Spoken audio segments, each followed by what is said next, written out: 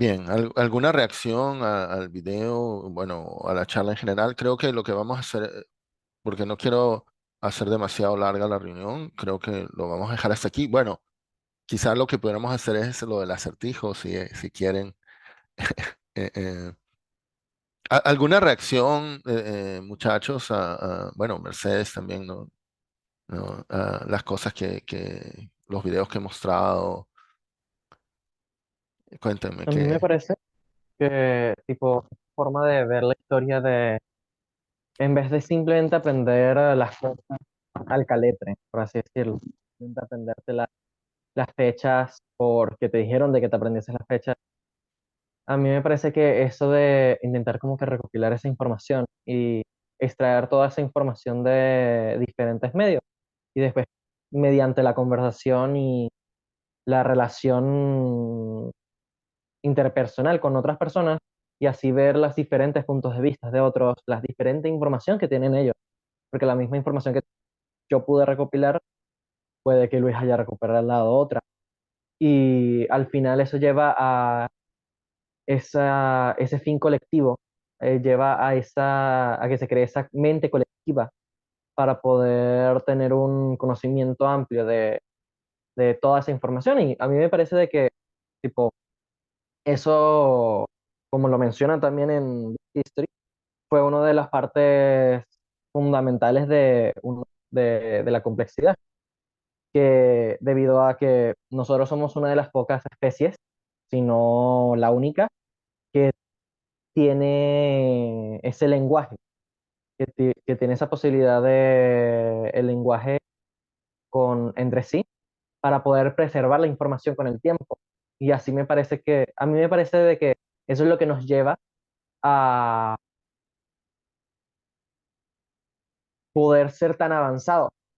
Y me parece que eso debe ser un punto importante a tratar en la historia, porque después de todo, así es como se creó la historia, así es como se creó la documentación, así es como se creó eh, la narración de todos esos eventos. Y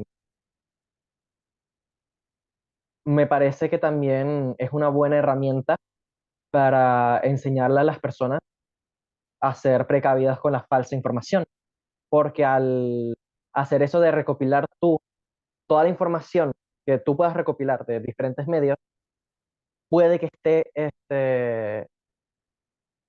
no sé cómo decirlo en español, se dice bias, se dice, como Sesgado, que malversada. puede haber sesgo.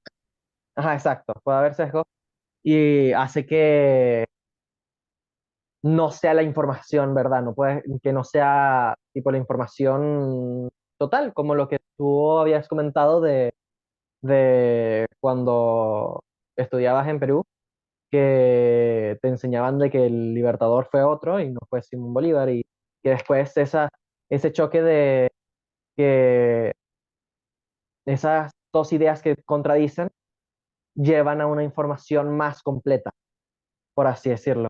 Y me parece importante de que la rama de la historia tenga eso para poder evitar quedarse en una idea que es la que es la que tú sabes, que es la que a ti te enseñaron y no estar abierto a otra información. Y me parece bastante interesante todo eso.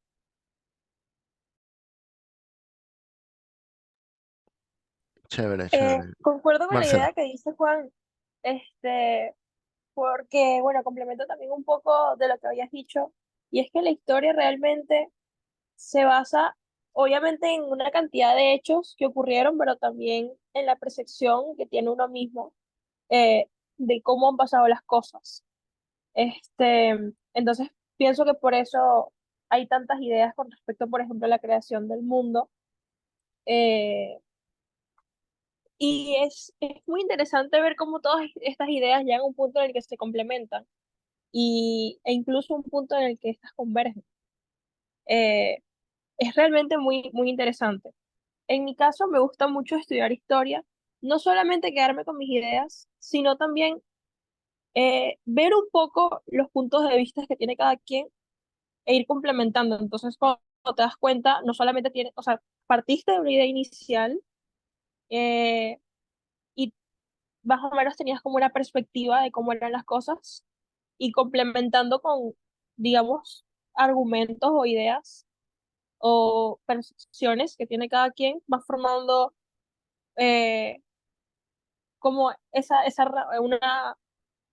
como si fuera una especie de árbol, ¿ok? Y cada idea es una rama o una hoja del árbol. Cuando te das cuenta, tienes un árbol muy, muy frondoso y una idea clara de la historia. Es muy, muy interesante ver. Y encontraron motivante el primer video que vimos de, eh, eh, eh, creo que se llama Science, Cabezón, sobre Galois y el poder de las historias. Eh, o sea, traté de empezar con unos ejemplos que tienen que ver con historia de matemáticas. Eh, Muy, muy Bueno, interesante. De verdad que sí. Disculpa, Juan, que te interrumpa. Este, porque me sentí muy identificada, porque siempre que veo una historia y que conozco, ya sea un libro, ya sea una historia matemática, de ciencias, de artes, de lo que sea, y ves o te reflejan más bien a un protagonista y los hechos que pasan, te sientes de cierta manera identificado. O sea, a lo mejor obviamente no tienes nada que ver con la historia, porque bueno, a ninguno nos ha pasado que entramos en una lucha a los 20 años y resolvimos unas, pero sí te sientes identificado con el personaje, ves como la historia y empatizas con él. Y creo que es el punto en el que pueden partir ciertas ideas motivadoras a realizar diferentes cosas. Como por ejemplo, este chico de 20 años, del cual no recuerdo el nombre, eh, que bueno, inspiró a toda una Galois, teoría, a Galois. Galba, a Galba, que inspiró con sus soluciones y las cartas que escribió a toda una teoría de la que hoy se basan muchísimas cosas muy importantes. Eh, y bueno, como él, habrán muchos, y no solamente en matemáticas, ni solamente en ciencias, sino también en diferentes áreas eh, del mundo, digamos. Y creo que las historias pueden ser la base de ideas formadoras y de motivación para otras personas a resolver dilemas, a involucrarse en temas de los que pueden salir eh, siendo muy, o pueden aportar mucho, digamos. Me parece increíble ver cómo bueno, no simple, porque realmente es muy importante, pero digamos una simple historia puede provocar tantísimo en el mundo.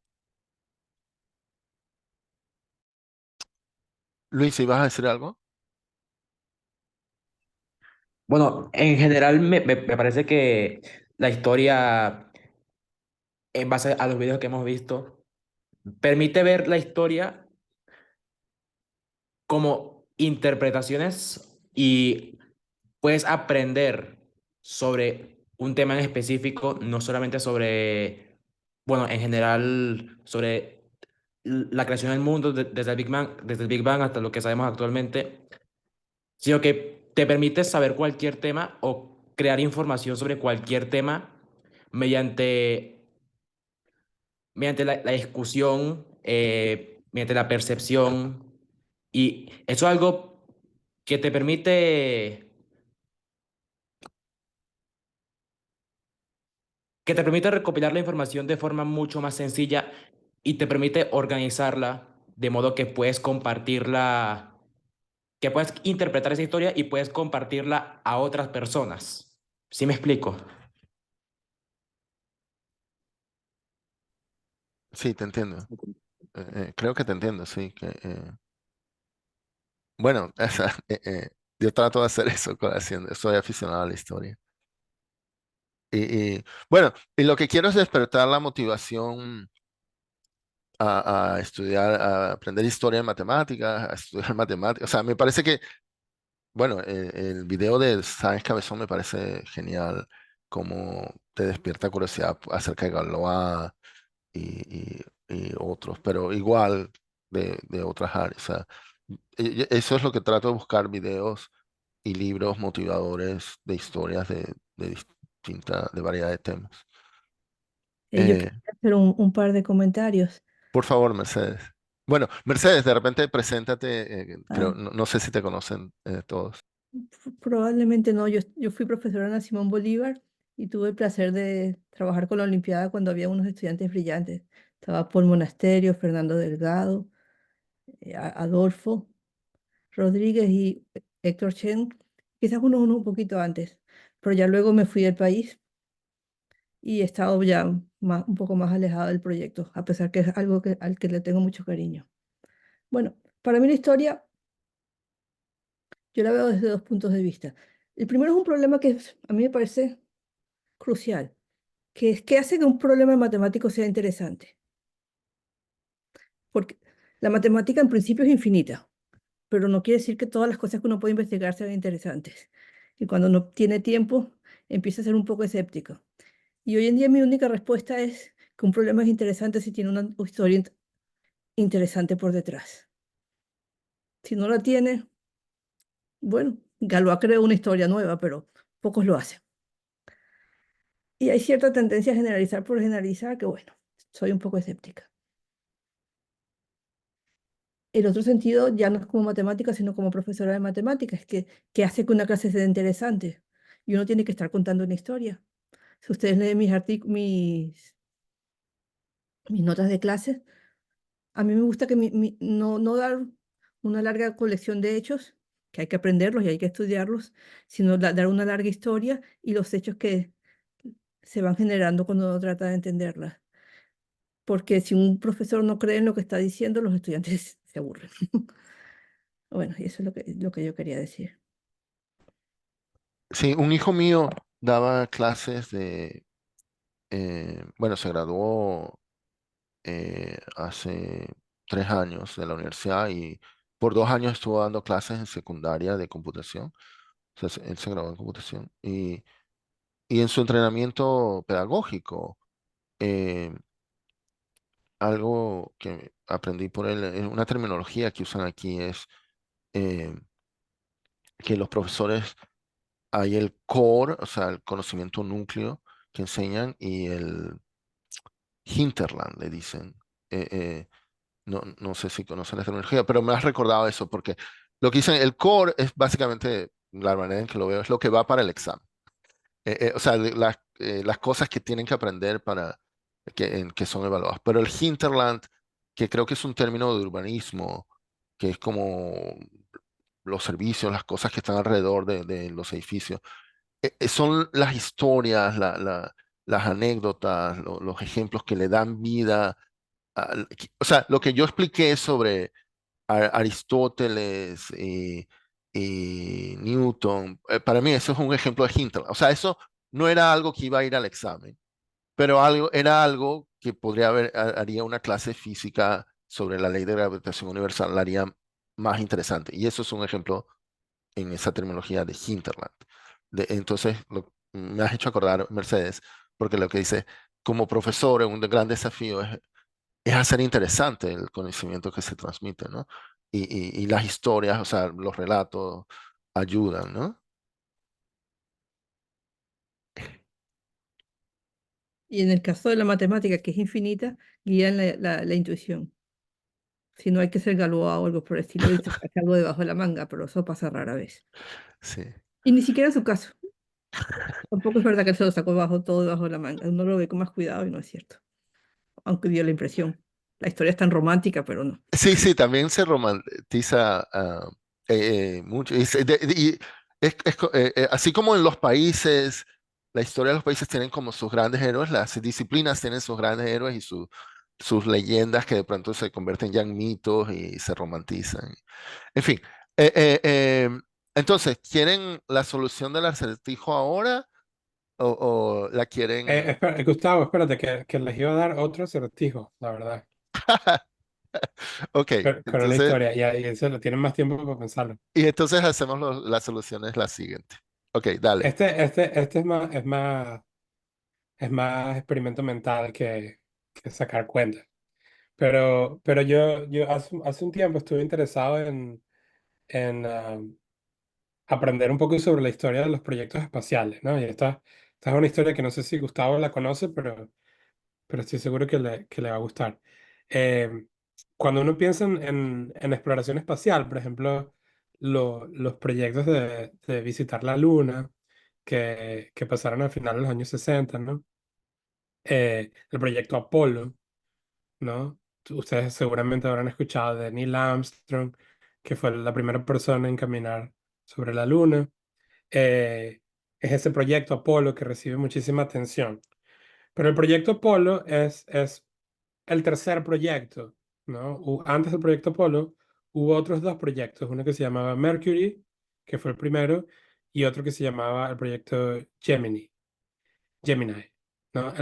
Esos proyectos cuentan la historia, si uno va a leer la historia de esos proyectos, de cómo aprendimos a primero construir cohetes, ir al espacio, cuáles eran las propiedades del espacio, nadie sabía realmente qué era lo que iba a pasar, cómo se iban a comportar las cosas en el espacio. Y esos proyectos sentaron la base para que el proyecto Apolo pudiese existir.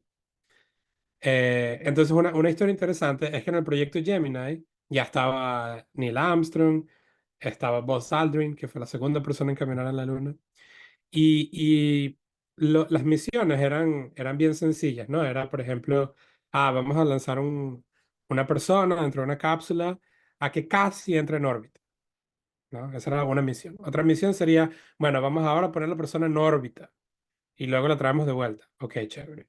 Ahora la ponemos en la tercera misión, la ponemos en órbita y que la persona salga, a ver si se puede salir o no. Y una de las misiones era lo que se llama rendezvous. El rendezvous es cuando tú tienes ya eh, una, ¿cómo se llama? Una cápsula en órbita y tú quieres enviar otra cápsula a que se conecte con la cápsula que está en órbita, ¿no? Eso es muchísimo más difícil porque estás apuntando básicamente a una cosa que se está moviendo a una velocidad muy rápida alrededor de la Tierra. Eh, y entonces, bueno, ¿cómo se resuelve ese problema en términos matemáticos? Es una matemática sencilla una vez que la conoces, pero desarrollar la intuición de cómo funcionan las cosas, cuál es la mecánica orbital, es el nombre de la teoría, lleva un tiempo, porque no es lo mismo que ver planetas dando vueltas. Ahora se trata sobre manipular las órbitas. Cómo uno manipula las órbitas para que la órbita haga lo que uno quiera. Por ejemplo, conectar con otra cápsula. Entonces, en ese contexto estaba, bueno, interesado por las historias y les aconsejo que la busquen. Si no la conocen, hay documentales, hay muchísimas fotos. Las fotos del proyecto Gemini son increíbles porque las cápsulas son pequeñas, los trajes espaciales son diferentes, son los mismos astronautas que aparecen en Apolo. En fin, pero un problema que me encontré leyendo sobre esta historia y que me quedó marcado es el siguiente problema, que es el acertijo que les voy a dar. Imagínense que ustedes están en una cápsula espacial orbitando alrededor de la Tierra, ¿verdad? Y no hay ninguna fuerza que está actuando en ustedes, simplemente están orbitando, ya el cohete los dejó ahí, están orbitando.